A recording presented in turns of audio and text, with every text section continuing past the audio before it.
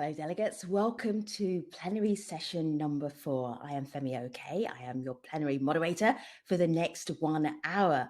Before we start this 1 hour conversation, I want to recap. What have we talked about in the plenaries leading up to this one? Well, we talked about the role of corporations and revisiting that role. We had a plenary session on the role of the state.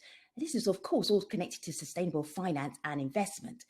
We also spoke about revisiting the role and responsibilities of the investment community. If you haven't seen all 3 in the series so far, they will be online and you can dig deep into those conversations.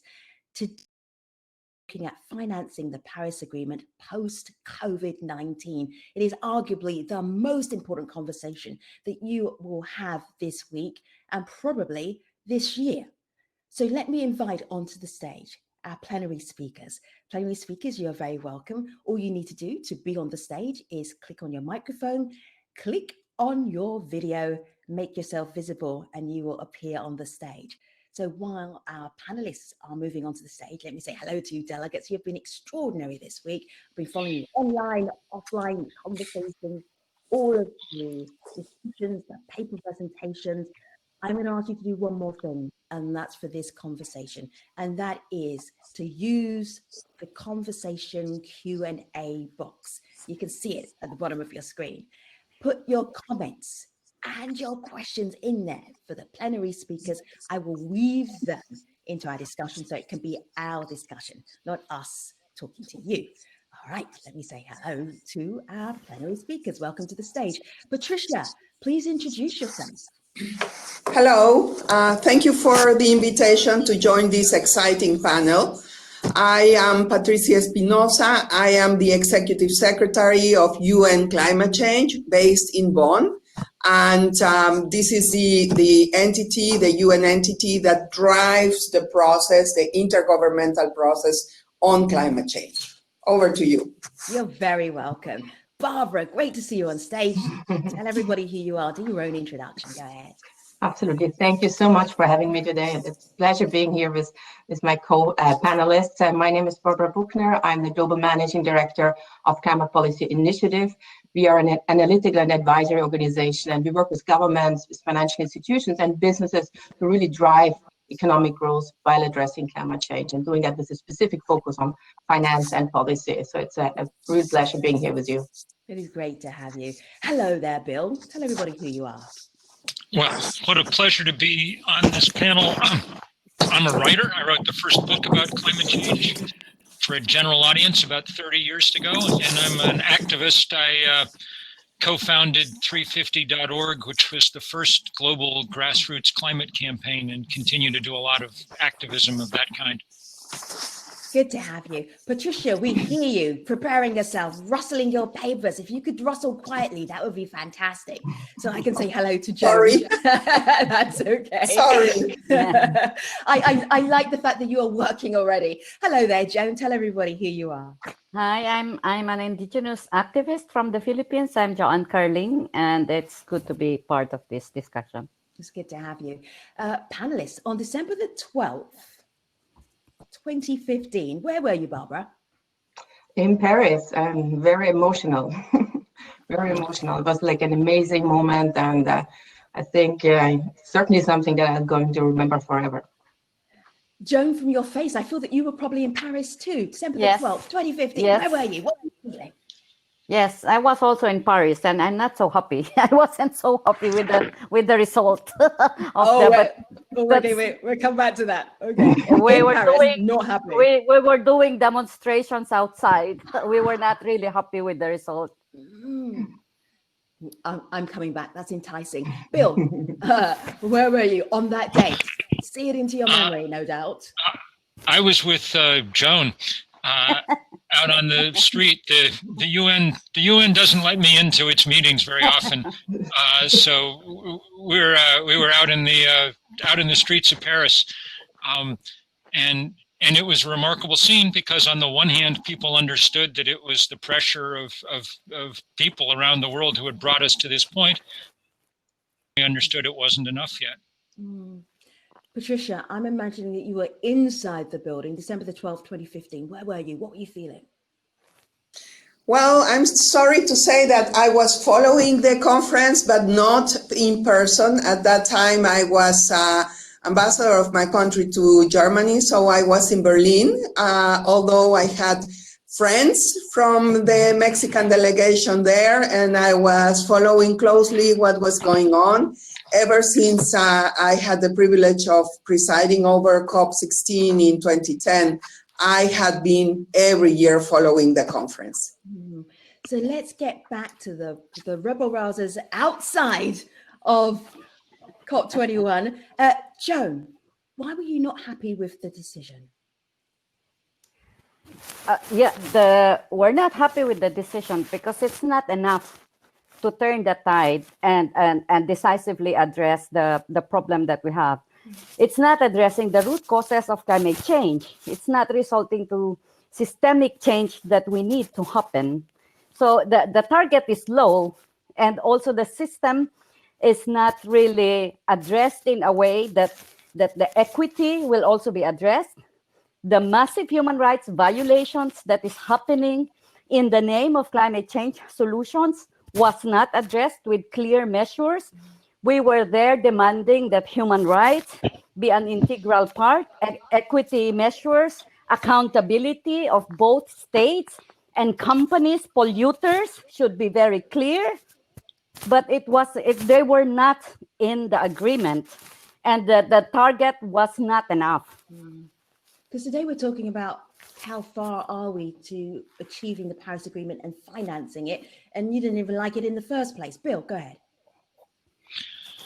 Well, I mean, I wrote in the New York Times the next day that the Paris Agreement hadn't saved the world, but it perhaps had saved the chance of saving the world. And I think that it is important to recognize that it was necessary for the world to finally come together in some kind of framework.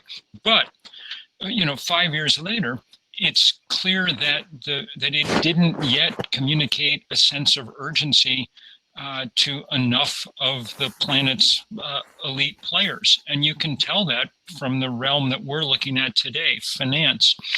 In the years since, the big banks and investment managers around this world have continued to pour many hundreds of billions, trillions of dollars into the fossil fuel industry. This is insane. We're well aware that we have more than enough carbon now in the reserves of these companies to take us 5 times past the target set in Paris. And so the idea that we're continuing to have capital flows going in the direction of gas and coal and oil is crazy. And it's a reminder that this is going to take, I guess what I'm trying to say is I ended up getting arrested last year in the lobby of Chase Bank outside the nation's capital because Chase is the single biggest funder of fossil fuels on the planet. Jane Fonda was on the other side of the glass cheering us on, and I think what people need to understand is there's going to be a lot more of that unless the investment community very quickly wises up and begins to understand that this is not, the pursuit of short-term profit at a moment when the climate system is breaking is just purely unacceptable. Barbara, you worked on a paper report last year, 4 years since the Paris Agreement. What have we done? What have we not done? Where are we? If you were going to be very honest and summarize that, now we're a year on, so we're 5 years, almost 5 years. What would you candidly say about how the Paris Agreement is being financed or isn't being financed right now?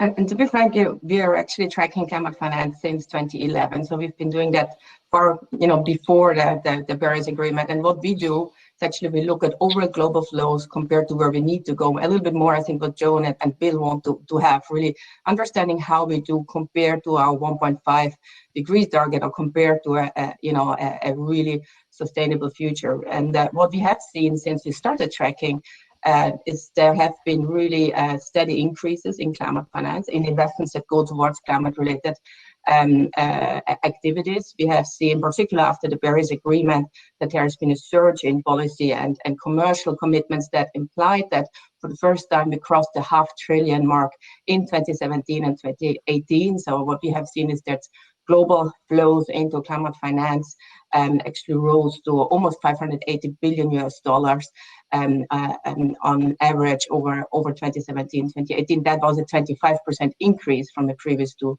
years. And we see that trend both globally, but also in important national contexts. For example, today we have released a study on India that shows that green finance in India was also increasing pre-COVID, and that in fact was the increase was outpacing the country's GDP growth since 2016. So that's good news. That's encouraging news, and I think we need to also look at the positive sides of what is happening.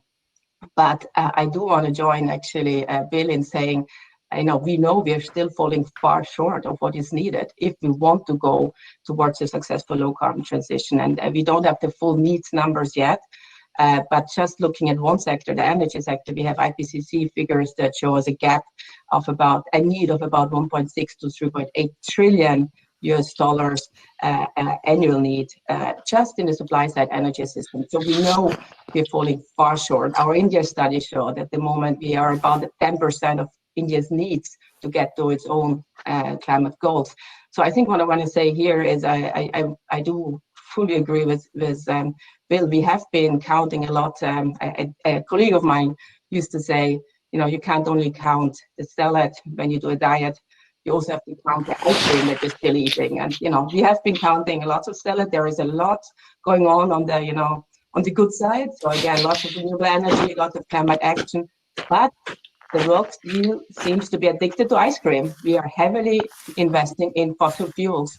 We have the figures there, like on the downstream and upstream energy system, we have about triple investments compared to clean energy, and that is just not sustainable. So we really need to, as quickly as possible, ensure that we are phasing out investments into the whole supply chain of fossil fuels, because otherwise, I do agree, I think we will not manage to get to our climate goals.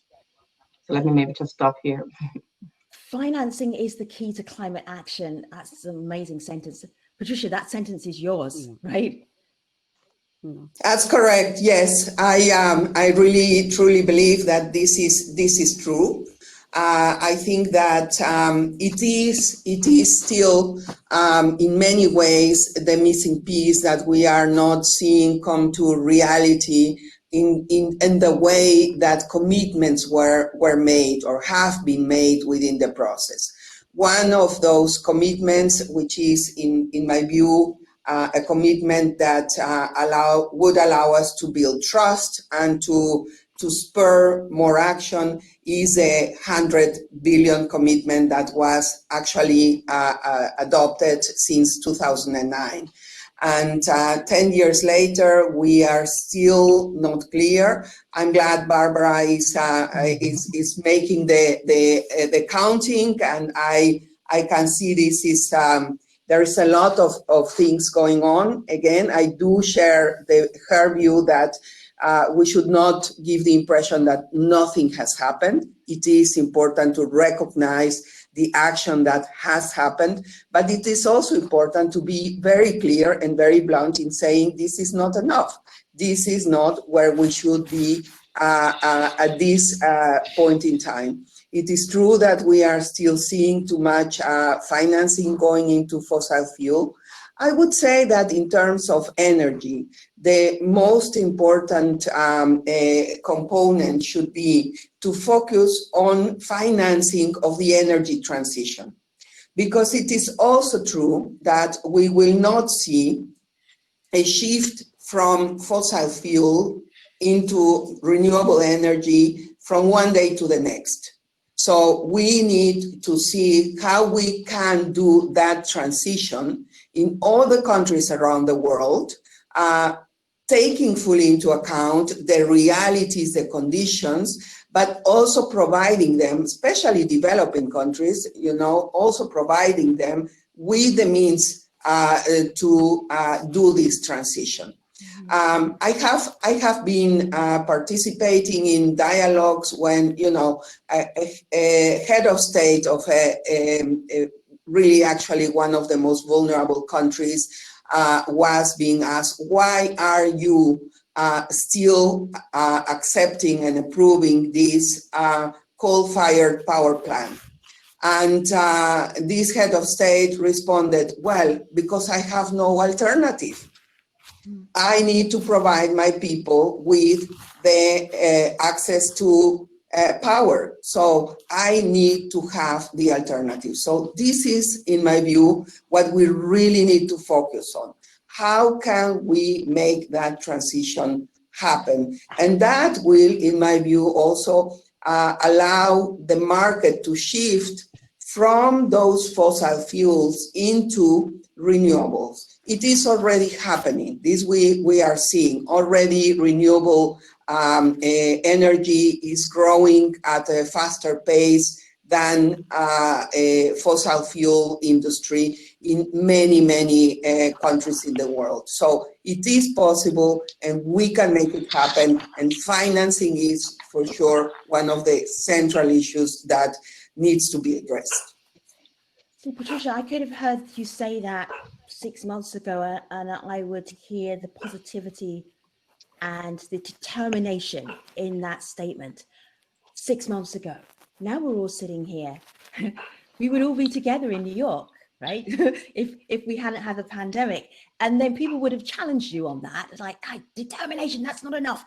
What else are we going to do? But now we're all separate because of a global pandemic. What difference does that make to financing the Paris Agreement? Barbara, you start. Well, again, I think the pandemic really is a wake-up call to show how, you know, how our systems are just not prepared for a crisis, and even less so for a crisis like climate change that's going to stay with us much longer than this pandemic. I think what we see is that as some countries start to reopen and attempt to restart their economies, many others still remain mired deep in the COVID crisis. But as governments globally roll out plans in cash for economic stimulus and for enhancing social safety nets, we need to ensure that these actions are also consistent with addressing climate change. So I think mainstreaming climate action into regular decision-making is really the need of the day. And I feel that we have a window at the moment to rebuild our world for a more inclusive, more resilient, more sustainable future, targeting both the short-term recovery, but also long-term structural changes that are aligned with sustainable, inclusive growth and with strengthening society's resilience. And I think we really need to act here, because I think that window might be closing if we don't quickly use this opportunity now to really make some systemic changes. I think systemic changes, structural changes that also Joan referred to earlier on. Mm-hmm. Joan, what are you thinking right now? Yeah, I mean, what I see under the pandemic is of course it exacerbate or exposed more clearly the inequity that is happening. But if we look at in relation to climate change and how to address the COVID, I want to share like in India, President Modi came out with an executive order saying that they need to increase coal mining because to recover from the pandemic, and it's the cheapest energy, and they don't need to consult communities. They don't need to consult the indigenous peoples that are going to be affected. So now the pandemic is even used as an excuse to even increase coal mining. And even the Asia Development Bank that has been urged to take a position not to fund coal mining is not taking that stand. Then the other thing, so that is on the coal. So it's going to be used as the COVID and economic recovery is going to be, used to justify more coal. And on the other hand, I just like, for example, I'm also following the International Hydro Organization because as I agree that we need the transition. We definitely need the just transition from fossil fuel to renewable energy. But it cannot be under business as usual, because we will not be correcting the inequity that's happened. Look at now, they want again to shift into to do more hydro dams as a source of renewable, but they're not going to address the evictions that's happening. So while technically it can be used under renewable energy, it's also resulting to more inequity, especially those that are dependent on the river system, and it's also damaging the environment. So what I'm saying is that we cannot proceed with addressing the economic recovery and climate change after the pandemic by doing business as usual, but ensure that that measures for equity, respect for human rights should always be the framework on how we proceed and ensure still environment sustainability, because otherwise we are just shifting from one to the other, but not correcting the rising inequity. So in the end, who is going to survive? It's only the rich. There's a phrase I keep hearing in the development world. It's ringing around the United Nations as well, and it is build back better, with an assumption of it will be build back sustainably, possibly. It's an opportunity. Bill, this health crisis that we're in right now, how do you see impacting financing the Paris Agreement? Well, I mean, I think that Barbara's right. We should take the COVID crisis as a dress rehearsal for the much larger looming crises that are coming. And in fact, not coming. I mean, Barbara's speaking to us today from Northern California. The place is on fire. Oregon and Washington are burning down. I mean, they've evacuated something like 1/8 of the population of Oregon, one of the richest parts of the world. The COVID crisis reminds us mostly that physical reality is real, that you don't get to, bargain with the microbe any more than you do with the CO2 molecule. And it reminds us that speed really matters. The countries that got their act together and quickly addressed COVID got through it, relatively easily, and the ones like mine that delayed are suffering huge consequences. So with that in mind, it reminds us that we now need to move, not, we can't be doing the one step forward, one step back that we've been doing on climate. I mean, yeah, we're putting up lots of solar panels, but I have a story in the New Yorker today about plans to build a big crude oil pipeline across East Africa. What kind of sense does that make in 2020? Indigenous people around the world are trying to stop coal mines in Australia. They're trying to stop oil pipelines across the Dakotas. I could spend the whole day listing, and every one of these projects is funded by precisely the people who are at this meeting. I mean, this is Chase Bank, this is UBS, this is, Standard Bank and Sumitomo, and, on and on and on down the list. So until that it's exactly the same thing as if you were, the banks were funding the spread of COVID, it's at this point insane and irresponsible to continue doing any of this kind of stuff. And COVID should remind us, what it really is an opportunity is to remind us that social solidarity really matters. The problems that we face right now, you can't solve by just letting markets operate or whatever else. I mean, you've got to actually, and Paris was an attempt to do that, sort of, an attempt to get the governments of the world together to say, but the governments of the world are being systematically undermined by the investment communities of the world. Granted, the governments are like mine are doing a lot to undermine themselves too, but none of this works if if banks and asset managers keep trying to make short-term profit by continuing the old system. The IPCC has told us that if we're not half off fossil fuel by 2030, then Paris is a dead letter. Well, that means we can't build anything more, anything. Barbara, go ahead. Well, I was just listening, actually, I just want to come back to Paris for a second, because I think the point you made about global solidarity, Billy, I think that's spot on. I think, to be frank, I was in Paris when the agreement was signed, but I was in the airport. I didn't believe that it would actually happen.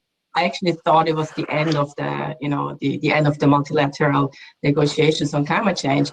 And that, I think, is why I was so emotional that day, because I felt there is a chance, actually, there is still some way of, us working together, because it is a public good. It's something we cannot do on our own. But I do think, I think we need to really be much louder with our voices on really stopping the bad. Stop eating ice cream, not the ice cream, but like stop, highlight what are the issues, who is still investing. And this is why, for me, this is why my organization, we've been tracking climate finance for the last 6, 7, 8 years actually now, but we are now going beyond. We want to track the whole system. We want to really understand whether we are making progress towards a Paris aligned future and net zero future. And I think it is important to really have the really greater transparency on financial data and investment in order to make sure that all financial institutions ultimately align their portfolios with a better, more sustainable future. But I think, in order to shift the whole financial system, which I think is absolutely needed, we really need to have better information. I kind of feel, we are hearing some of, here and there is like, there's very fragmented data, there is information, there is anecdotal data, but I think what we're missing at the moment is really having a good picture of how this world is moving, how our economies are moving. And so I feel we really need to kind of all work together to bring this information together. We are trying at CPI, we're trying at the moment to come up with kind of a comprehensive databases and work with other partners. But I really think we need to do that in order to be able to, work with, my approach is always like working with banks and then the asset owners in order to show the opportunities and like shift things. And we also, even in that space, we do see positive signs. Again, I'm usually trying, notwithstanding that I'm here on the big cloud of smoke and notwithstanding knowing the issues of climate change, but I try to remain an optimist. So I see good signs also in the world of asset owners. There's the Net Zero Asset Owner Alliance, which are trying to move towards that. But I think we need to accelerate that move. And I certainly agree that we need to, not use COVID as an excuse to build, more fossil fuel and to continue to have these high carbon assets that will be stranded ultimately.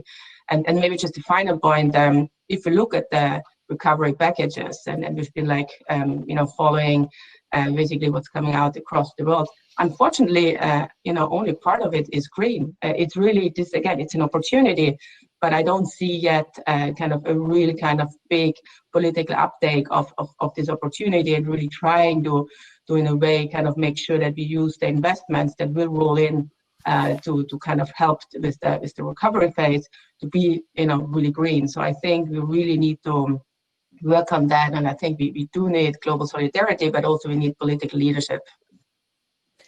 I'm just dipping into the conversation that is happening in the room, in our virtual room. Delegate Yanis says, Bill, great point about doublespeak from the, excuse the air quotes, woke climate corporations. Not only bad for climate, even worse for USA popular consensus building. Delegates, I'm going to get back to you. You have lots of good thoughts and some excellent questions. But first, let me just remind you that this plenary session is about financing the Paris Agreement post-COVID-19. Patricia, you have such clarity with the thoughts that you share. You make a complete connection between the health crisis and the financial crisis of funding climate action. Share that with us. Okay. Well, it's in fact, if you look at the two crises, both are really showing us a lot of lessons. The COVID crisis was an unexpected crisis, even if we had been talking about the risk of pandemics as really a risk for the international system as a whole, but we were completely unprepared. it took us by surprise. And the way it spread, even more. On the other side, the climate crisis, we have been talking about it and really getting more and more information about it for decades. So these are two distinct features of the two crises. However, trying to manage the pandemic, the most effective action has been prevention. So if we take that lesson and we apply it to the climate crisis, I would say also the best way to address climate change, to address the climate crisis, is prevention, which means no investments in the high carbon activities, the high carbon resources, investments in the transition toward a more sustainable, more just, equal, healthy future. So in that sense, I think it is also very important that while we talk to the business community, to the investors community, we make the point that investing in this sustainable future, clean future, healthy future is not an act of generosity towards others. It is really an investment into a better future for us, for every one of us. And there, it's also, I would like to address the point, not only about, the plans that every country is putting forward in order to overcome the crisis, the COVID-19 crisis, but also the need to support the efforts in developing countries. There is really a very important obligation that needs to be seen as part of that investment into the better future for all. It's not just we are going to help the developing countries. No, it's really we are all together building this better world for us and taking our responsibility towards future generations. So I think really we can learn a lot from both crises. And what is very, very important, and these are points that have been raised, is that really we get the message through that there is no recovery if we do not address sustainability together with the health part of our future. If we are going towards a reality that will take us to the situation that we already know, we are destroying our environment, we are really trespassing the limits of ecosystems, we are overexploiting resources. That's not recovery. We cannot call that recovery. Delegates, thank you for the questions and the thoughts that you're sharing with us. For instance, Nathan says we should also be connecting the dots with the forthcoming debt crisis that enormously constrains the fiscal room for climate action with countries. And so, Barbara, this was something that you weren't having to think about last year in terms of funding climate action, sustainable finance, sustainable investment, focusing on climate action. But now, because of the global pandemic, there is going to be a financial crisis around the world. Yeah, absolutely. It's obvious. It's like the 800-pound gorilla that's been in the room and we're all like, oh, we haven't mentioned it yet. Yeah, and it's been there. I mean, we kind of knew already that there was kind of that crisis coming, but now it's really looming. And I think, again, what we have to do is think more creatively on how can we, really now address that crisis. And I know there was a really good panel before ours here on that point, and we're also working in this context, really thinking about ways in which you can link the two. So really thinking about, are there instruments like, climate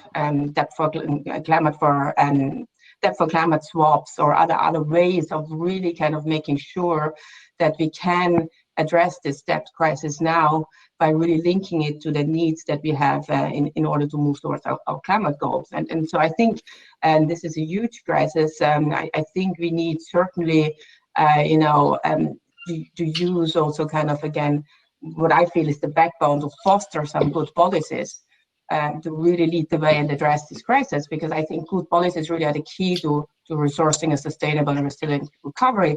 You just think about green fiscal policies like, pricing carbon or reforming fossil fuel subsidies, which still are spread, or, procurement policies, green budgeting. They can be really important elements in a government's, COVID-19 response toolkit.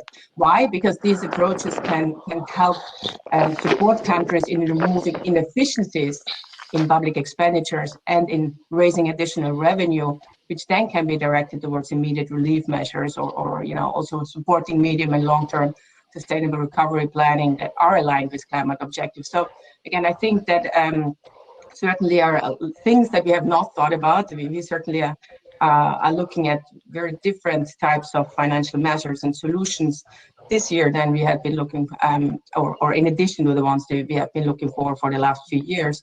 But I think, again, I do want to, think about, more creatively and really think about how can we trigger some systemic change to address this looming the debt crisis together with the climate goals, and really thinking about ways of linking those.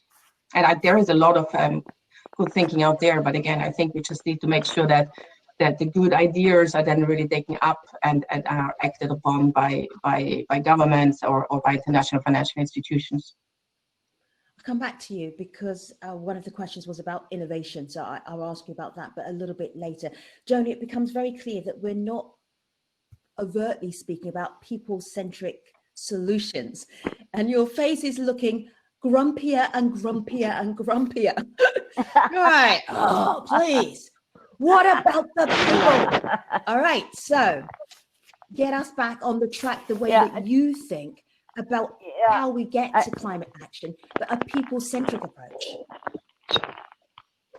Yeah, I think that was part of the message of those who were in Paris.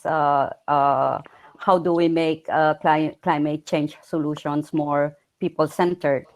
And the way to do that is really to fix that system that is not allowing people to participate in decision-making, in finding solutions for climate change. So that is one. How can we include people in the decision for such solutions? But also another is, how do we correct the imbalance in the finance? Because we don't believe that there's not enough finance. There is. It's just controlled by a few. A lot of the finance that we can use is actually in the hands of the few people, those working in corporations, those in the fuel industry. And part of it are also public funds by governments. A lot of the rich countries or developed countries has a lot of funds that can actually support climate solutions. For example, are there big investments going to forest protection, biodiversity protection? These are critical issues for climate change. Ecuador offered to protect its big forest in exchange for them not to mine, but nobody wants to invest for them to be able to protect their forest and provide for their people. So those are what I'm referring to as systemic issues that has to be addressed when we're talking of financing. But even on the issue of addressing this looming debt crisis, where did that debt end up in the first place? Did it really serve the needs of the people, or did it end up in the pocket of corrupt politicians? I mean, we also need to see it. So it's in there are things that we need to address that are actually becoming the barriers of how we provide sustainable solutions and making people at the center of finding these solutions and acting on these solutions. We have, for example, big pension funds from the people, but who is deciding on the use of these big pension funds? And are they used in the right way? Are equitable? Are the systems equitable enough so that all of us can participate, can be actors in this problem of climate change. I come from Indigenous people's perspective, and I mean, we have always been protecting the environment, right? But we are not acknowledged for that the work that we do, and we are in fact being displaced by all this fossil fuel mining, and at the same time even by renewable energy projects. So we're caught in this situation where neither this or that. That's why we were strongly advocating in the climate action that we need to address these issues. We need to put those that are affected by climate change be part of the decision of climate change. The use of the global finance to be decided on where it should be, and not to go back to business as usual. Corporations making business, even renewable energy companies making business, making profit more than really for sustainability. So I think that's the kind of challenges and issues that we're dealing with. And finally, to say I'm not against the Paris Agreement per se. I'm just saying that is not enough.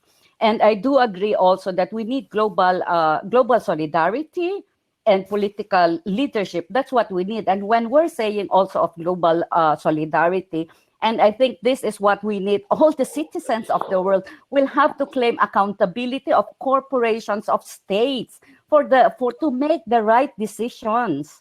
Because if we don't push them to make the right decisions and act decisively on the issue of climate change, and sustaining the planet and ensuring that there is equity in the world, that will not happen. I have a doozy of a question. Bill, stand by. I'm going to put this question to you from the delegates. What do you think of the effect of developed countries, most importantly the USA, decoupling from multilateral agreements and international institutions for financing the Paris goals?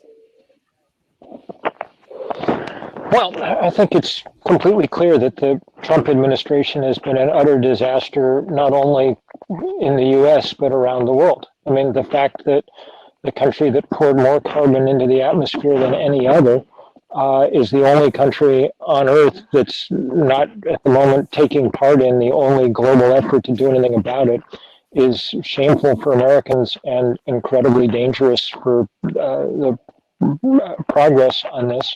So job one that many of us here in the U.S. are working hard on is to get him the hell out of here come November 3rd, and wish us good luck.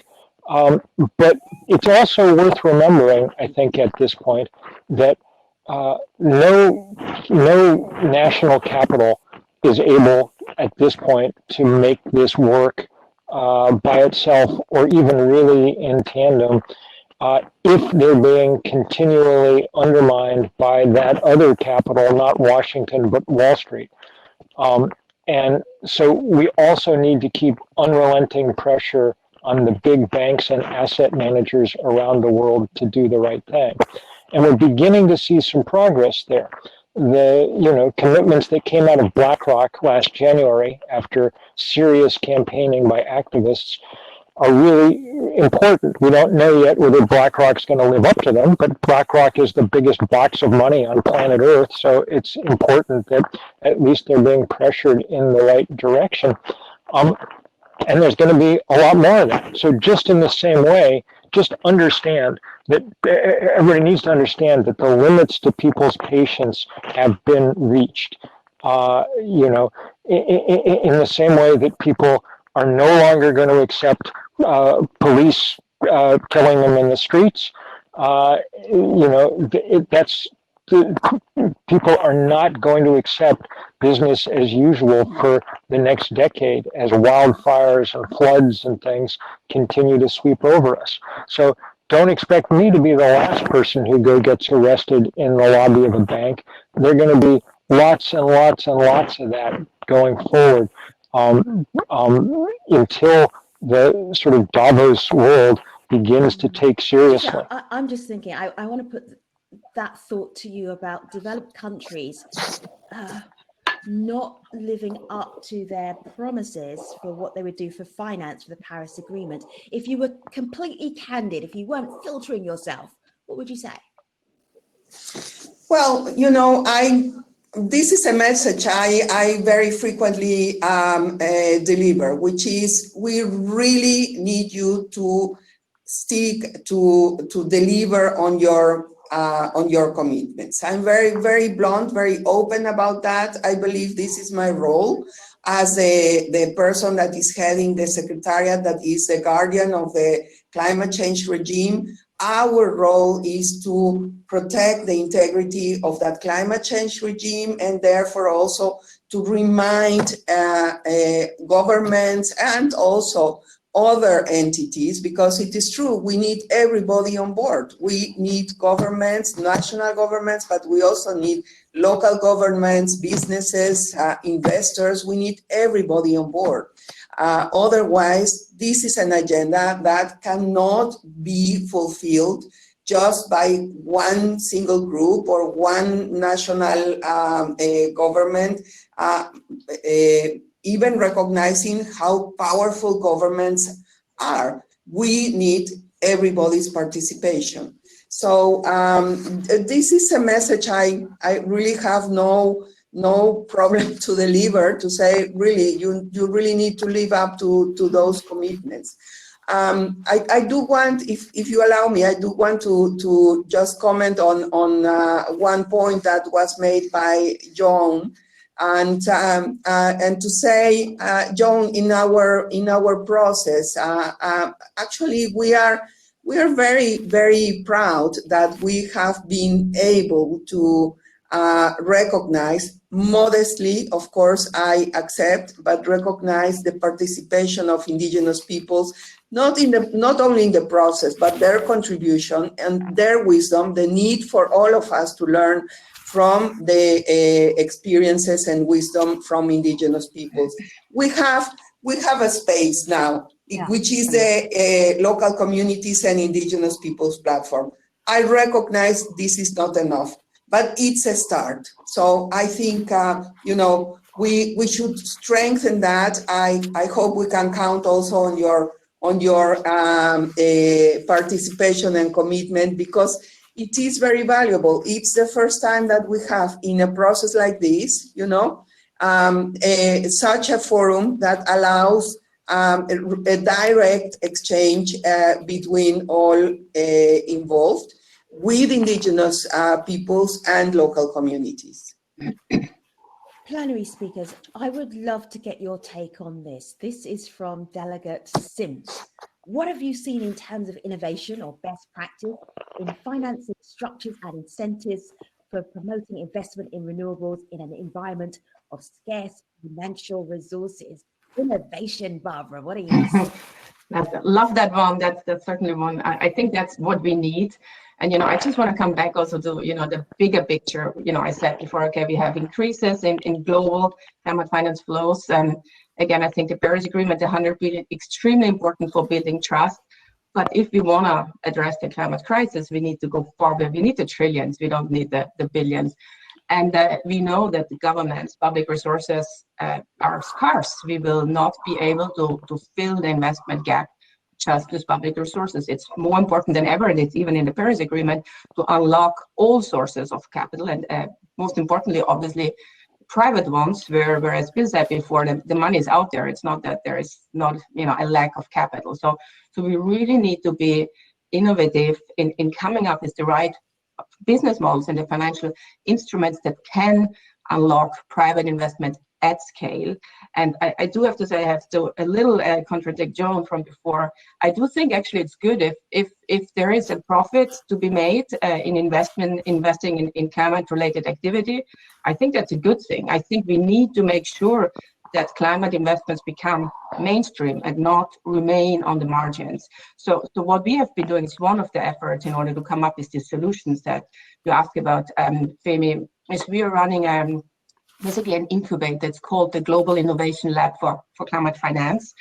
And what it does, it brings together really investors from the public side. We have governments, we have public financial institutions, development finance institutions, but also from the private side, commercial banks. We have BlackRock on it. And what we do there is we really want to identify new financial solutions that can address the barriers, the risks that the private sector sees at the moment, and that keeps the private sector from going into climate investments, let's say, by really kind of coming up with this new crowdsourcing new ideas and then vetting them with the input of these investors in order to really kind of be able to come up to unlock private investment at scale. Just in a nutshell, what we've done there, and I'm happy to give a few examples, but we have now this lab since more than 6 years. We're in our 6th cycle now.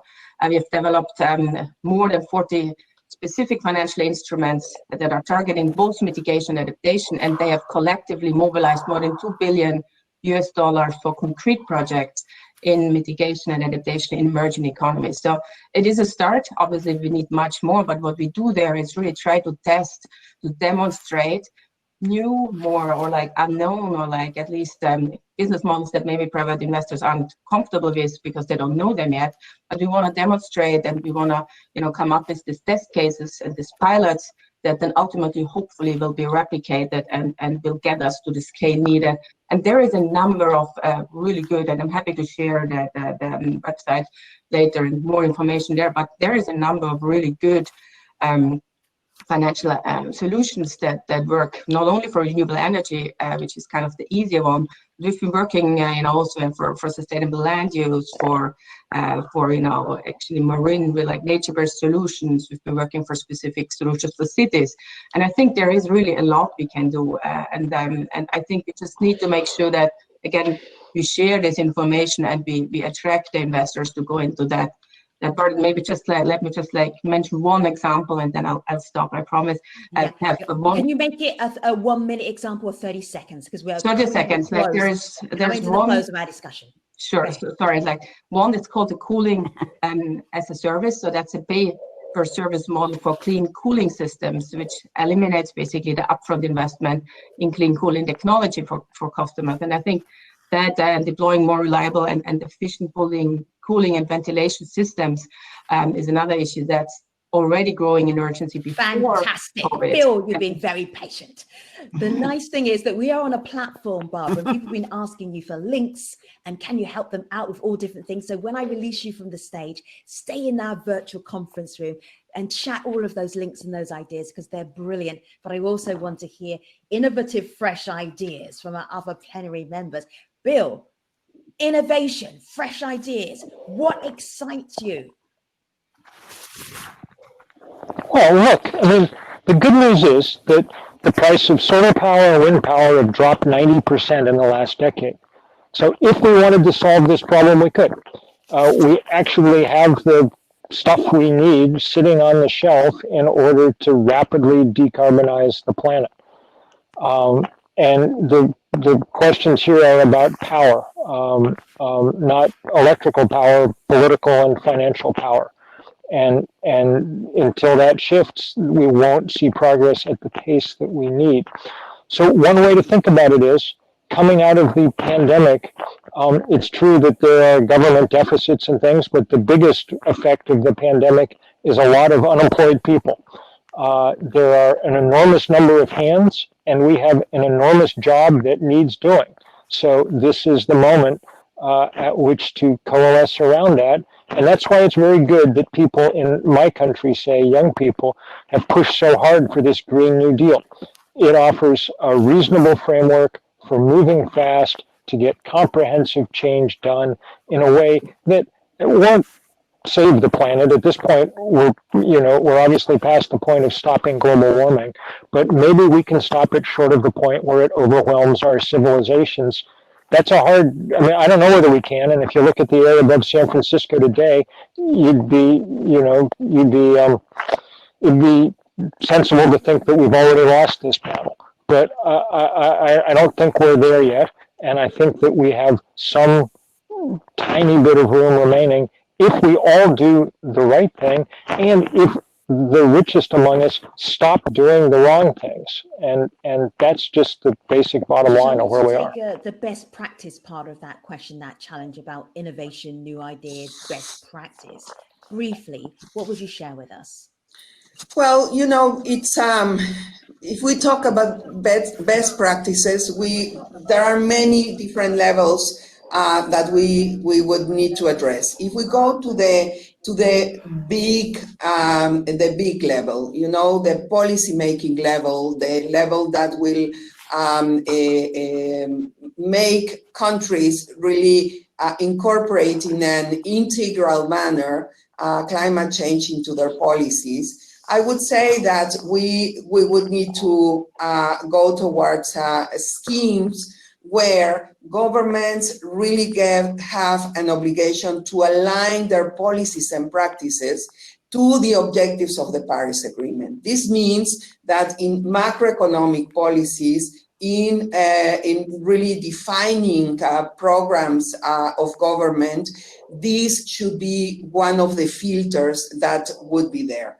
We are seeing a start of that discussion through a group of ministers of finance in the framework of the World Bank and the IMF that are talking about this, that have developed some of these principles, but we are still very far from it. These principles so far are being considered as, you know, some good ideas that you may want to follow. We need to make them really mandatory, obligatory. Then, of course, we have lots of examples of good practices at the subnational level. For instance, there I really believe in the power of subnationals, because that's where governments are very close to the individuals, to the citizens, and there you have really lots of examples. But at the end, in a general way, what do we need? We need to take, in every decision we take, we need to look at what is the implication of this decision in climate change, on emissions. And maybe one thing which is probably not so innovative, but we have not yet mentioned is here in this conversation, is really to working effectively towards carbon pricing. There are different ways of doing it, but this is also one way. If we can give a price to carbon and get those who emit to pay, that's also, I would say, again, not so innovative, but an area of opportunity.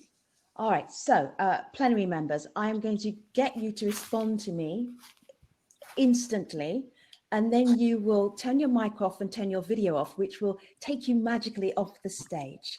So first of all, okay. Femi, thank you very much for superb moderation. You're really good at this, and we're grateful for it. I paying you to say that. Thank you. All right, now you're not released yet. I want to know your mood on a scale of 1 to 10. 1 is I'm going back to bed. 10 is I'm in a fantastic mood. We can do this. Joan, what's your mood right now? Ooh, higher than I expected. Oh, you definitely are. I am an optimist. Joan, thank you so much. Turn your microphone off, turn your video off. That will take you off the stage. Thank you very much, Joan.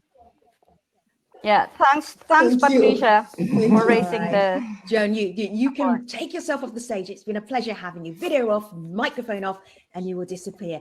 Barbara, your mood right now on a scale of 1 to 10. It's 6. I'm usually more optimistic, but I think I just had a little blackout here because of the wildfires. So today is a little challenging, but general, if not today, it will probably be around 8, but today 6. All right. Thanks for our excellent moderation. Thank you, Barbara. Good seeing you all. Turn your microphone off. It's wonderful to see you. All right, Bill. I don't know what Bill's mood's going to be. I'm not sure if we're going to make it above 5, but let's hear about it. Bill, go ahead. Well, I'm always in a good mood in one sense, because I just enjoy making trouble for the bad guys. So, you know, I'm completely committed to that right to the end. So there you go. thank you again for all your good work there, and Thank Patricia you, as Joan. well. You may leave the stage. Video off, microphone off. Patricia, I don't know what your scale is going to be. Where are you going to be on our scale? 1, going back to bed, 10, feeling very pumped. Where are you in terms of financing the Paris Agreement post-COVID-19? What's your mood? Well, you know, after this very exciting conversation, my mood is probably 9. Probably 9. Okay. You know why?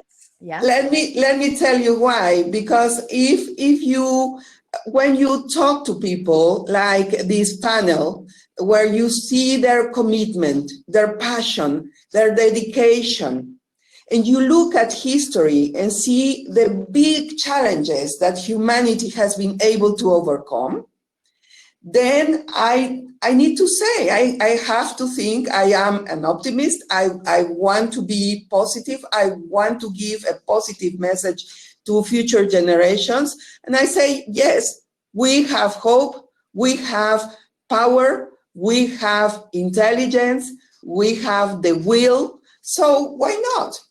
Let's stay on 9. Not 10, because maybe that's, we need you know, to head to. We need to have a little room for progress. Patricia, exactly. Thank you for leaving us on a high note. You may leave the stage, turn your video off, turn your microphone off, and that will take you off the stage. Thank you so much. Thank you to our plenary speakers. Thank you to you delegates for watching, taking part, engaging. The conversations are still there. My name is Femi Oke. It has been a pleasure being your plenary host for the whole of this week. And next we have the presentation prize session. So stay with GRASFI 2020. Have a great day. Take care, everybody.